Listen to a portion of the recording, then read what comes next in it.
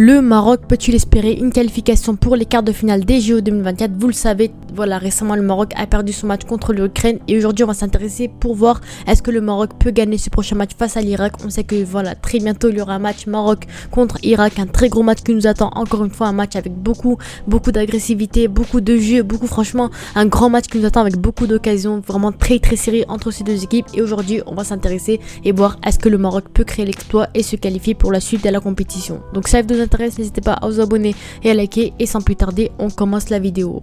Donc voilà, vous le savez que dans le groupe du Maroc c'est vraiment très compliqué et très particulier entre le Maroc, l'Irak, l'Ukraine et l'Argentine. Tous les groupes ont 3 points, donc avec une victoire et un match nul, donc clairement ça va être très serré pour la suite de la compétition et pour les qualifications. Donc franchement c'est une victoire à absolument avoir pour les Marocains. Franchement la victoire est vraiment absolue pour les Marocains pour se qualifier, être sûr de se qualifier pour la suite de la compétition. Donc voilà, l'Irak on sait que c'est une très bonne équipe également et que franchement ça va être un gros match encore une fois qui nous attend. Mais voilà, juste avant je vais revenir un petit peu sur le match du Maroc qu'on a pu voir face à l'Ukraine et également le match de l'Irak qui a été joué contre l'Argentine récemment. Donc voilà, en tout cas j'ai fait cette vidéo parce que vous le savez que voilà, les pays africains en ce moment c'est un peu compliqué. Pour la Guinée ils sont au bord de l'élimination, pareil pour le Mali c'est un peu compliqué, et pour l'Égypte c'est la seule équipe potentiellement également africaine qui peut espérer une qualification pour la suite de la compétition. Mais en tout cas mis à part ça, voilà, ça va être quand même assez compliqué. Donc voilà, je vais revenir sur le match entre le Maroc opposé à l'Ukraine qui s'est terminé pour un 2-1 face pour l'Ukraine face au Maroc. Donc voilà, des buts, un but notamment marqué dans les toutes dernières secondes du match. Donc franchement très gros coup dur pour les Marocains, surtout quand on voit le contexte du match. Franchement voilà, j'aurais vraiment eu seum à la place des Marocains. 66% de possession pour les Marocains face à l'Ukraine, et c'est comme ça qu'ils réussissent quand même à perdre leur match. Donc franchement grosse force à eux encore une fois.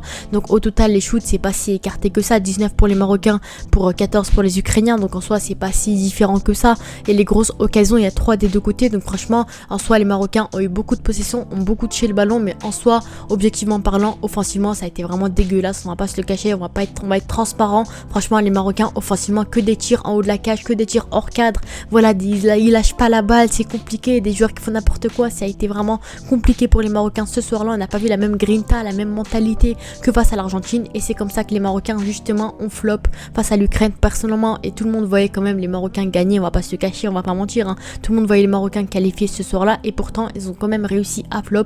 Bravo pour les Ukrainiens pour le coup. Mais voilà, on va essayer de voir un petit peu la compo probable du Maroc justement face à l'Irak potentiellement, et voir un petit peu qu'est-ce qui a marché, qui n'a pas marché face à l'Ukraine, pour ne pas le reproduire justement face à l'Irak, ou le reproduire. Donc quand on voit un peu la compo qui a été donnée du Maroc face à l'Ukraine, ça a été une compo assez comme d'habitude, un 4-4-1-1 ou 4-3-3 ou 4-2-3-1, ça dépend un petit peu comme vous voyez. Donc franchement faut remercier le gardien Munir qui est vraiment très bon, qui a fait vraiment des parades intéressantes contre l'Ukraine et qui pouvait rien faire de plus. Franchement les buts qu'il encaisse c'était 100% de la faute de la défense marocaine. Franchement on a vu globalement sur ce soir là, offensivement c'était quand même assez propre, surtout Rahimi, hein. Franchement ça a été vraiment le joueur intéressant, avec peut-être Ben Seguir potentiellement, mais le reste ça a été vraiment dégueulasse, hein. Des Abdé, des El Khanous qui étaient un peu décevants, mais en tout cas voilà, ça a été compliqué en tout cas pour l'équipe du Maroc. Mais défensivement c'était vraiment dégueulasse, on va pas se le cacher, surtout la défense centrale. Voilà, pour moi franchement j'ai pas envie de le critiquer parce que El Azouzi c'est quand même un milieu de terrain, et voilà, il a été placé en défense centrale, c'est pas son vrai poste, etc.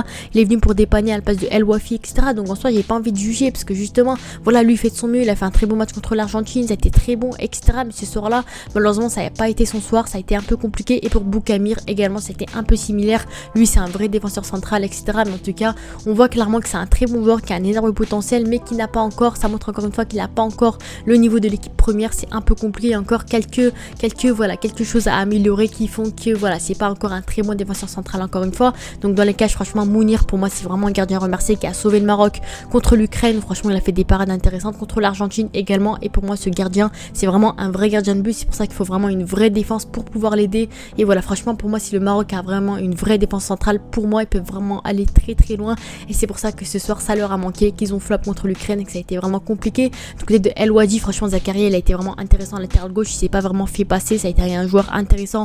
Donc en soi pour moi de ce côté là c'est un très bon latéral gauche qui assure défensivement. En soi voilà, ce qui est frustrant dans ce match c'est le fait que le Maroc avait beaucoup d'occasions d'attaque, franchement ils avaient toujours le ballon, mais les Ukrainiens derrière ils étaient plus efficaces devant les buts, ils étaient toujours en défense, ils posaient le bus en défense, ils récupéraient les ballons et faisaient des contre-attaques, ils jouaient en 100% sur ça, et c'est comme ça qu'ils ont marqué leur de but. Ils étaient vraiment bien plus intéressants devant les buts que le Maroc qui n'avait pas de finition, qui était mauvais, qui faisait pas des vrais centres. Et franchement le Maroc, leur problème c'est le fait qu'ils lâchaient pas le ballon au bon moment, ils lâchaient pas le ballon, ils faisaient pas des centres, ils tentaient pas des tirs intéressants dans la surface, et c'est comme ça malheureusement qu'ils ont flop. Certes, Amir Richardson qui a été vraiment intéressant en deuxième mi-temps et pareil pour Ben Seguir qui ont été vraiment intéressants, mais voilà, malheureusement ça n'a pas suffi. Et pour moi franchement, Sektioui le coach, pour moi franchement c'est pas vraiment de sa faute parce que certains des joueurs n'étaient pas à la hauteur de manière générale, mais en tout cas le fait qu'il ait remplacé Ben Seguir pour le sortir, franchement ça a été n'importe quoi, parce que clairement Ben Seguir pour moi ça a été un joueur intéressant ce soir là. C'était un joueur surtout en deuxième mi-temps, certes voilà c'est un peu compliqué, il fait pas un très bon Jeux Olympiques à l'heure actuelle pour le moment,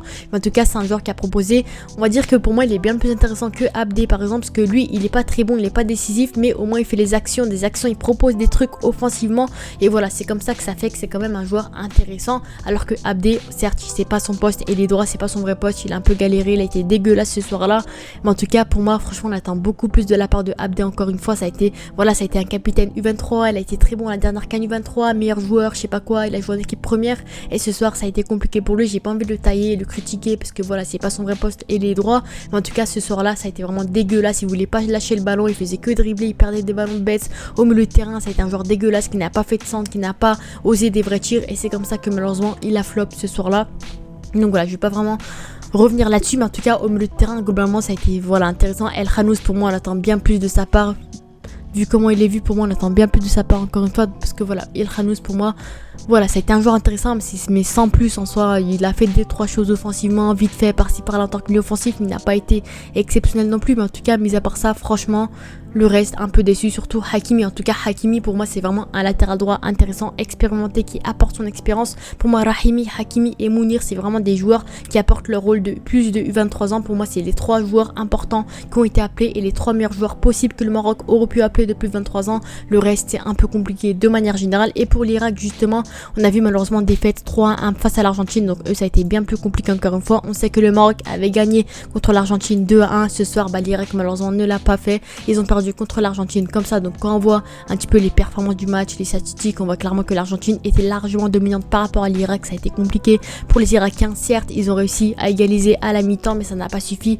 L'Argentine derrière a réussi à marquer bien plus de buts, donc en soi quand on voit un petit peu la compo de l'Irak également, on voit qu'ils jouent en 4-2-3-1, c'est une équipe assez offensive avec 2-3 joueurs intéressants, Ayman Hussein qui peut être bon, qui marque des buts, Hussein Amer Ojmani qui peut être intéressant, 2-3 joueurs par-ci par-là qui peuvent faire très mal. Certes leur milieu défensif s'est blessé au dernier match, mais en tout cas ils peuvent avoir une équipe intéressante, donc je vous laisse voir à peu près l'équipe qui va être utilisée au prochain match. Alors que pour le Maroc, pour moi la compo probable ce sera quasiment la même, mis à part ici j'aimerais voir un Akhromach à la place de Abdé. Pour moi clairement Akhromach c'est clairement le meilleur attaquant à l'heure actuelle marocain, sans compter Rahimi bien entendu. Rahimi qui a 3 buts en 2 matchs, franchement très bon joueur encore une fois, qui confirme encore une fois ça va être clairement pour moi le futur tireur de pénalty de l'équipe nationale. Mais en tout cas franchement je verrai un Akhromach et les droits à la place de Abdé. Pour moi ça peut être juste une masterclass. Encore une fois la même équipe quasiment qui a été alignée par rapport à l'Argentine, bien sûr avec un Amir Richardson qui a été utilisé.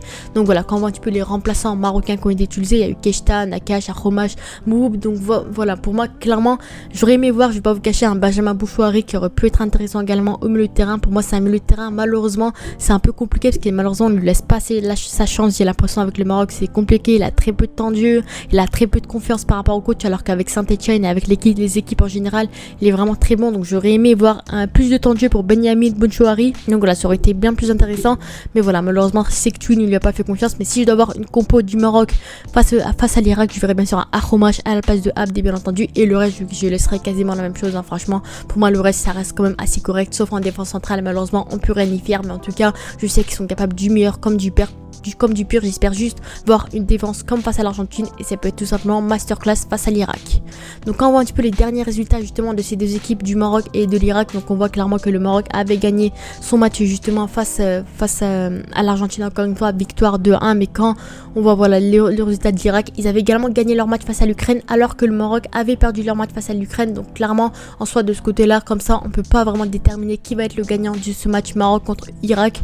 Donc à mon avis si franchement ces deux équipes se donnent à 100%, vraiment la grinta se donne à 200% comme leur premier match, à mon avis le Maroc peut largement gagner ce match là, peut-être un 2-1, peut-être un 1-0 au pire des cas, mais en tout cas je pense que le Maroc gagnera ce match là. Donc voilà, ça dépend un petit peu du score, à mon avis ça va être quand même très serré, encore une fois avec peut-être un but d'écart au maximum, mais en tout cas je pense que le Maroc se qualifiera pour les quarts de finale Inch'Allah potentiellement. Après bien sûr pour Sektioui malheureusement ce qui manque un peu c'est l'animation offensive, franchement ils proposent rien, les joueurs ils vont dribbler, ils vont jusqu'à la surface de réparation camp adverse et ils font rien. Ils se regardent dans les yeux, dans le blanc des yeux et c'est compliqué. Ils font rien en attaque, ils ratent tout, ils ont pas de finition, ils font des mauvais centres, ils cadrent pas, ils sont mauvais et c'est pour ça que malheureusement ils marquent pas assez de buts par rapport à leur possession. Quand on revoit clairement leur possession face à l'Ukraine, c'est juste une dinguerie. Encore une fois, 66% de possession, on se rend pas compte, mais franchement l'équipe du Maroc, c'est une équipe qui a beaucoup la possession, qui joue beaucoup le ballon, qui domine le milieu de terrain, mais malheureusement ils ne concluent pas leur attaque. C'est compliqué, ils sont mauvais devant les buts, il leur faut 40 tirs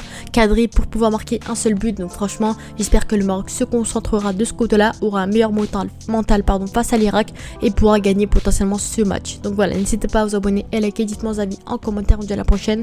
Ciao.